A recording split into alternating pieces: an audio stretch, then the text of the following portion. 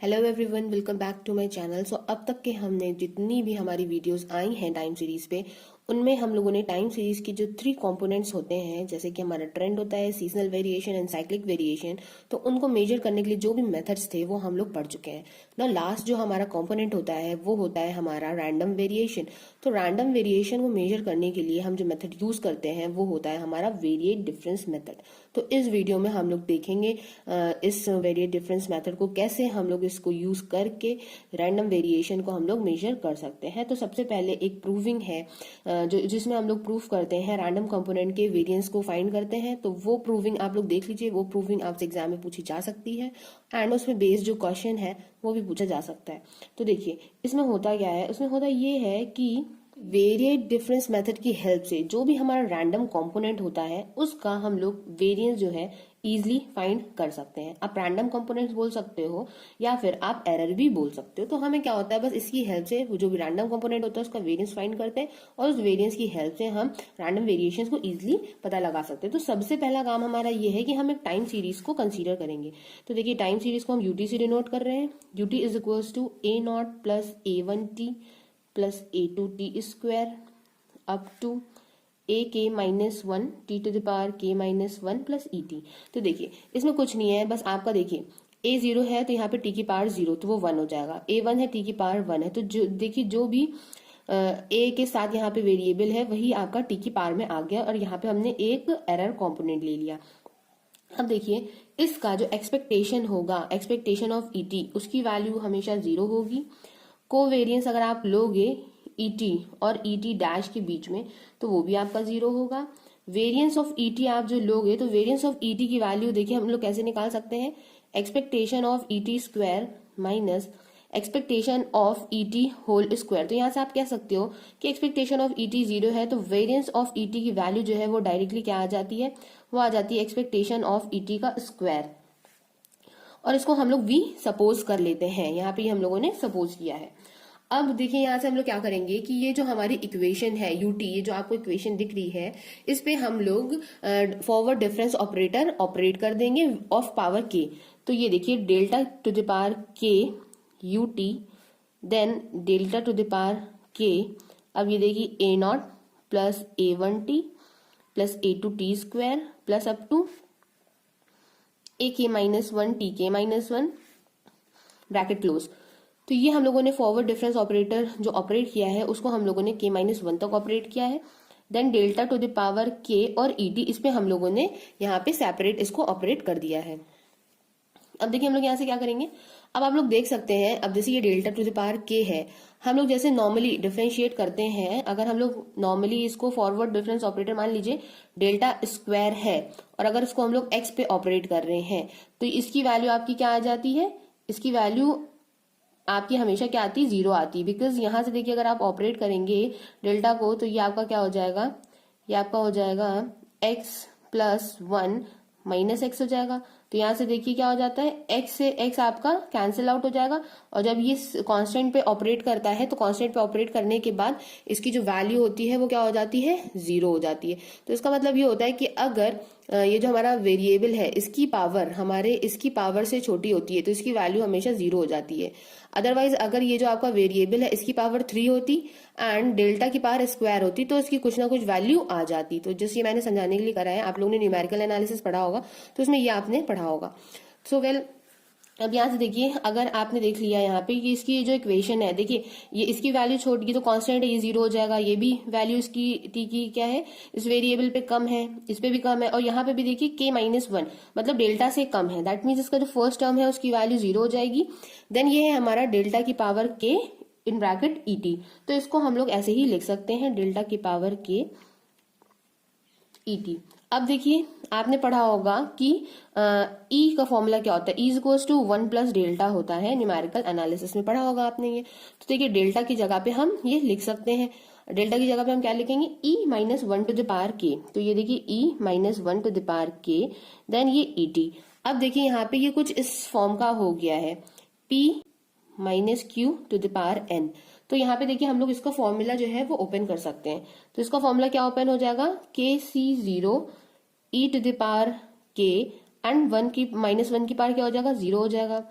Then के सी one, ई की power क्या हो जाएगा K minus one, then minus one to the power क्या हो जाएगा, minus one to the power आपका वन हो जाएगा। तो जब वो देखिए वन होगा तो यहाँ पे साइन माइनस का आ जाएगा। इसका मतलब हमारी सीरीज में अल्टरनेट प्लस माइनस चलने वाला है। देन ये देखिए क्या हो जाएगा, ये हो जाएगा के सी टू, ई की पावर के माइनस टू और माइनस वन की पावर टू हो जाएगा। तो माइनस वन की पावर टू का मतलब वो प्लस साइन हो जाएगा, तो इसलिए हमने यहाँ पे प्लस रखा। देन देखिए फिर माइनस वाला टर्म आएगा up to dot dot dot, मैं यहाँ नीचे लिख दे रही हूँ।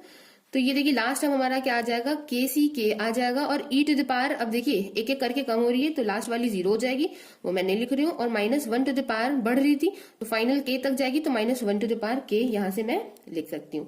तो देखिए ये हमारी एक इक्वेशन आ गई है। तो इस इक्वेशन की वैल्यू देखिए आपकी हो गई है, आप इसको सपोज कर सकते हो इक्वेशन स्टार। सो फाइनली देखिए ये वैल्यू हमारी किसके इक्वल आ जाती है, तो यहीं से मैं इसको लिख दे रही हूँ। तो ये हो जाएगा डेल्टा टू द पावर के UT is equal to delta to the power K ET, क्योंकि बिकॉज ये क्या है, ये दोनों ही टर्म आपस में इक्वल है। यहाँ से आप देख सकते हैं, ये देखिए delta to the power K ET is equal to क्या है यहाँ पे, डेल्टा टू द पावर के यूटी। तो direct in this is equals to this है और इसकी वैल्यू क्या आई है हमारी, ये आई है। तो इसको यहाँ पे देखिए हम लिख लेंगे के c zero e to the power k minus up to dot dot dot, final ये जो आएगा यहाँ पे ये क्या आ जाएगा, K C K then minus one to the power K हो जाएगा। देखिए ये आ गया। अब अगर हम दोनों ही तरफ एक्सपेक्टेशन ले लें तो देखिए क्या होता है। अगर हम लोग देखिए एक्सपेक्टेशन ले लेते हैं तो यहाँ से आपको पता है कि ये जो हमारा टर्म है, जब हम लोग इस पे एक्सपेक्टेशन लेंगे तो ये वाला जो ये हमारा टर्म है ये हमारा क्या हो जाएगा, जीरो हो जाएगा, जीरो के इक्वल आ जाएगा। बिकॉज जहाँ पे देखिए अंदर जितने भी टर्म्स हैं वो सारे हमारे एरर टर्म्स हैं और हम लोग स्टार्टिंग में निकाल चुके हैं कि एरर टर्म का एक्सपेक्टेशन जीरो होता है। सो अब यहाँ से एक कंडीशन तो ये आ गई कि expectation of delta to the power के यूटी करते हैं हम, या फिर expectation of delta to the power K ET हम करते हैं, तो इसकी वैल्यू हमारी जीरो ही आनी है। बट अगर हम इस पे वेरियंस ऑपरेट करते हैं, variance of delta to the power के वाई टी, या फिर वाई टी वैसे हमने लिया नहीं है बट मैं आप लोग वाई टी से भी रिप्रेजेंट कर सकते हैं, आप लोग यहाँ पे यूटी ही लेके चलिए। Then expectation of delta to the power K ET is equal to, इसका मतलब क्या हो जाएगा कि इसकी वैल्यू हम लोग, वेरियंस है आप लोग देख सकते हैं, तो वेरियंस होने के साथ साथ इसकी जो वैल्यू है इस पे क्या हो जाएगा, स्क्वायर हो जाएगा। बिकॉज हम लोग ने देखिए यहाँ से फाइंड किया था कि वेरियंस ऑफ ईटी जो है एक्सपेक्टेशन ऑफ ईटी स्क्वायर के बराबर होगा। तो यहाँ से देखिए हम लोग ये भी लिख सकते हैं। अब इसका मतलब ये हुआ कि हम लोग एक्सपेक्टेशन अपना किस सीरीज पे ऑपरेट करेंगे, इस सीरीज, ये इसी तरह की सीरीज होगी जिसपे स्क्वायर लगा होगा। तो देखिए ये हो जाएगा हमारा के c zero E T plus के माइनस के सी वन ई टी प्लस के minus one.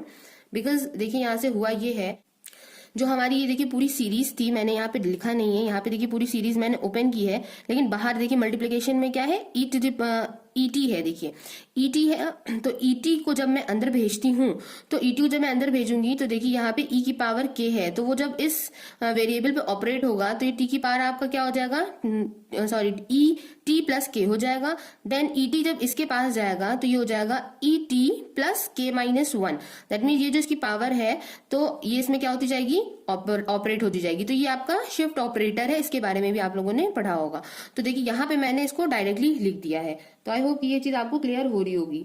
Then up two plus लेकर मैं यहाँ पे कर रही हूँ, देन प्लस हो जाएगा के सी के। जब यहाँ पे देखिए ईटी, यहाँ पे तो कोई टर्म ही नहीं है, जब ये ईटी जाएगा तो ये सिंपल अंदर इसी तरह से मल्टीप्लाई हो जाएगा ईटी। अब देखिए यहाँ पे स्क्वायर था तो मैंने यहाँ पे स्क्वायर लगा दिया और बाहर है क्या, हमारा एक्सपेक्टेशन है। अब यहाँ से देखिए हम लोग क्या कर सकते हैं, अब देखिए सारे ही ईटी पे आपका स्क्वायर आ रहा है, तो अब देखिए एक्सपेक्टेशन ऑफ ईटी स्क्वायर, तो इसको हमने वी लेट किया हुआ है। अब देखिए अगर मैं इसका स्क्वायर खोलूंगी तो सारे ही ईटीज पे स्क्वायर आ जाएगा, और ईटीज पे स्क्वायर दिए, देखिए ईटीज पे स्क्वायर आने के बाद क्या होगा, स्क्वायर आने के बाद ये होगा कि जब मैं एक्सपेक्टेशन ऑपरेट करूंगी सब पे तो वो कन्वर्ट हो जाएगा वी में उसकी वैल्यू। तो यहाँ से अब मैं कर सकती हूँ, देखिए मैं इसको ये लिख दूंगी, जब मैं इसका स्क्वायर करूंगी तो ये क्या हो जाएगा, के सी जीरो का स्क्वायर हो जाएगा। देन जब इस पे एक्सपेक्टेशन ऑपरेट होगा इसके स्क्वायर पे, बिकॉज ये समझ लीजिए कि बस मैं a square plus b square plus c square ऐसा करके फॉर्मूला खोल रही हूँ। तो देखिए मैंने ए स्क्वायर ओपन किया, ओके, देन एक्सपेक्टेशन ऑपरेट कर दिया, तो ये तो कांस्टेंट है, इस पे जब एक्सपेक्टेशन ऑपरेट होगा तो इसकी वैल्यू क्या हो जाएगी, वी हो जाएगी। देन प्लस करा मैंने, देन प्लस के बाद ये हो जाएगा के सी वन का स्क्वायर हो जाएगा और इसका भी स्क्वायर होगा, बट इस पे जब एक्सपेक्टेशन ऑपरेट होगा तो ये वी हो जाएगा। देन प्लस अप टू क्या हो जाएगा, के सी के का स्क्वायर हो जाएगा, जब इस पे एक्सपेक्टेशन ऑपरेट हो जाएगा तो ये भी क्या हो जाएगा, v हो जाएगा। अब देखिए जो सेकंड टर्म आते हैं -2ab -2bc -2ca, तो वो मैंने क्यों नहीं लिया है, तो देखिए वो मैंने इसलिए नहीं लिया है क्योंकि आपको पता है कि ये देखिए जो कोवेरियंस टर्म है दो ईटीज के बीच में उनकी वैल्यू हमेशा 0 है, तो देखिए वो 0 ही हो जाएगा, इसलिए मैंने वो यहाँ पे नहीं लिखा। अब यहाँ से देखिए हम लोग क्या कर सकते हैं, के सी 0 स्क्वायर प्लस के सी 1 स्क्वायर अप टू के सी के स्क्वायर। अब बाहर देखिए ब्रैकेट में हम क्या निकाल सकते हैं, v निकाल सकते हैं, और यहाँ पे क्या है, variance of delta to the power के यूटी है। तो यहाँ से अब डायरेक्ट अगर हम लोग v की वैल्यू निकालेंगे तो हमारी जो v की वैल्यू है वो क्या निकलेगी, वो हो जाएगी v is equals to variance of delta to the power के यूटी अपॉन, इसको जब हम लोग सॉल्व करेंगे तो इसको सॉल्व करने पर डायरेक्ट वैल्यू आ जाएगी 2 के सी के। आप लोग सॉल्व करके देख सकते हैं, अदरवाइज आप लोग इसको डायरेक्ट लर्न भी कर सकते हैं।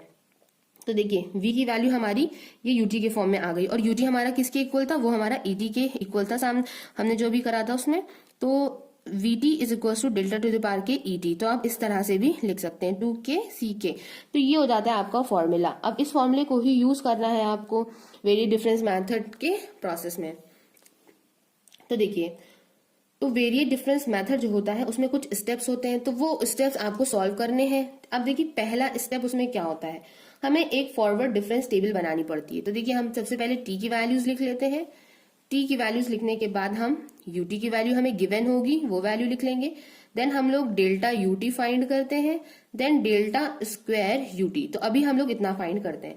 तो देखिए ये टेबल जब हमारी बन जाती है तो सेकेंड स्टेप हमारा ये होता है कि हम ये करते हैं, k की जो वैल्यू है हमारी वो हम 1 लेंगे। देखिए ये v का फॉर्मूला है और इसमें एक k है हमारा, ठीक। तो k की वैल्यू अगर हमने 1 ली तो हमें इससे क्या ऑब्टेंड हो जाएगा, यहाँ से हमें v1 हम लोग मान के चल रहे हैं कि हमें v1 मिल जाएगा इक्वेशन से, ठीक है। इस इक्वेशन से हम लोगों को क्या मिलेगा, v1 मिल जाएगा। अब सिमिलरली हम लोग क्या कर देंगे, इसी के साथ में ही k की वैल्यू को 2 रखेंगे, तो 2 रखने से हमें क्या मिलेगा, v2 मिलेगा। अब देखिए दो हमें मिल चुका, एक हमें v1 मिला और एक हमें v2 मिला। हम देखेंगे अगर v1 और v2 दोनों की ही वैल्यू सेम आ रही है तो हम कोई भी ले सकते हैं वैल्यू, और हम बोल देंगे कि ये जो है ये हमारा वेरिएंस हो जाता है एरर कंपोनेंट का। अगर v1 और v2 की वैल्यू दोनों ही डिफर करती है तो देखिए उस केस में हम लोग क्या करेंगे, हम k की वैल्यू 3 ले लेंगे। 3 लेने के बाद हमें क्या मिलेगा, v3 मिलेगा। देन हम इन दोनों को कंपेयर करेंगे कि क्या हमारे v2 और v3 सेम है। अगर v2 एंड v3 की वैल्यूज हमारी सेम आ जाती हैं तो हम बोल देंगे कि ये वेरिएंस का एस्टिमेट हो गया, बिकॉज सेम वैल्यू तो हम लोग कोई भी ले सकते हैं। बट अगर v3 v4 की वैल्यू सेम नहीं आती है तो उस केस में हम लोग k इज इक्वल टू 4 लेंगे। 4 रखने के बाद यहाँ पे हमें v4 की वैल्यू फाइंड करनी होगी, और देन हम लोग कंपेयर करेंगे v4 एंड v3 में। अगर v4 v3 की वैल्यू सेम आ जाती है तो हम लोग बोल देंगे कि ये वेरिएंस का एस्टिमेट है। अदरवाइज इसी तरह से हम लोग अपने प्रोसेस को आगे बढ़ाते रहेंगे और v की वैल्यूज निकाल के कंपेयर करेंगे। जिस भी पॉइंट पे हमारी v की वैल्यू सेम आ जाएगी हम बोल देंगे कि ये एस्टिमेट है। सो बस इसका अप्रोच यही है कि जब तक कि हमें सेम वैल्यूज नहीं मिल जाती तब तक कि हमें इस प्रोसेस को रिपीट करते रहना है। मोस्टली आपको सेकंड और थर्ड टाइम जब आप लोग k की वैल्यू रखते हो तो उसमें आपको आंसर मिल जाता है। सो आई होप कि ये मेथड आपको समझ में आया होगा, और इस पे बेस्ड आपकी applied statistic Gupta and Kapoor में एग्जाम्पल भी दिया हुआ है सबसे लास्ट में, वहां पे आप लोग जाके उसको देख सकते हो। सो आप लोग मुझे कॉमेंट बॉक्स में कॉमेंट करके जरूर बताइएगा अगर आप लोगों को अच्छे से समझ में आया हो। Thank you for watching my video. Have a nice day.